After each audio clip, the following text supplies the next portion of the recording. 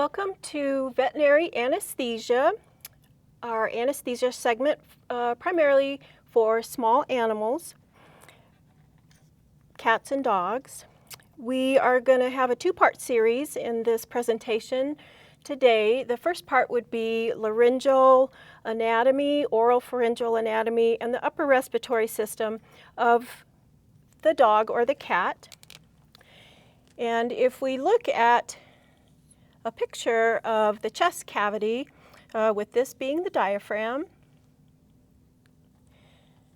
This, of course, would be the thoracic inlet.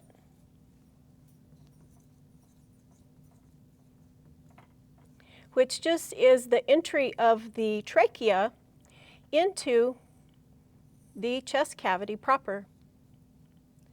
The trachea, of course, is the windpipe coming down, and as it enters the chest cavity, it branches into right and left main stem bronchi, and then into smaller branches of airways, bronchioles, secondary airways and tertiary airways and bronchioles, with the end unit of respiration being the alveolus. That's a refresher from anatomy and physiology.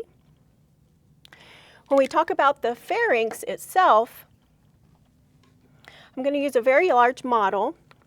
This is a model of a pharynx, oral pharyngeal area, including the larynx. This would be the trachea. This would be the thyroid cartilage. The arytenoid cartilage, if we look at the dorsal aspect, the arytenoid cartilage is this area right here, with the arytenoid cartilage processes right here. And another primary component of the larynx is the epiglottis.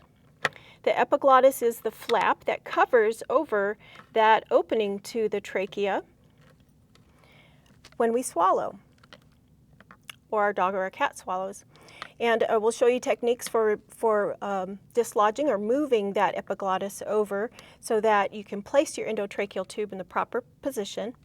Always looking for those two arytenoid cartilages that will appear as you remove the epiglottis in that area.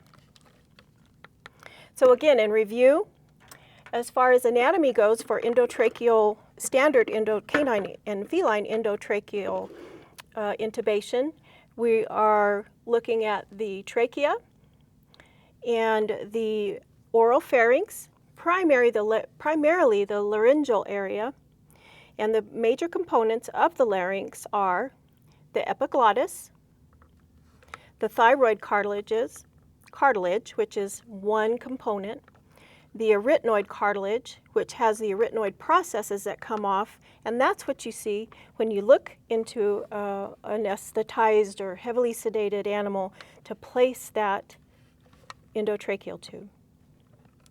That concludes our first part of veterinary anesthesia, standard canine and feline endotracheal intubation.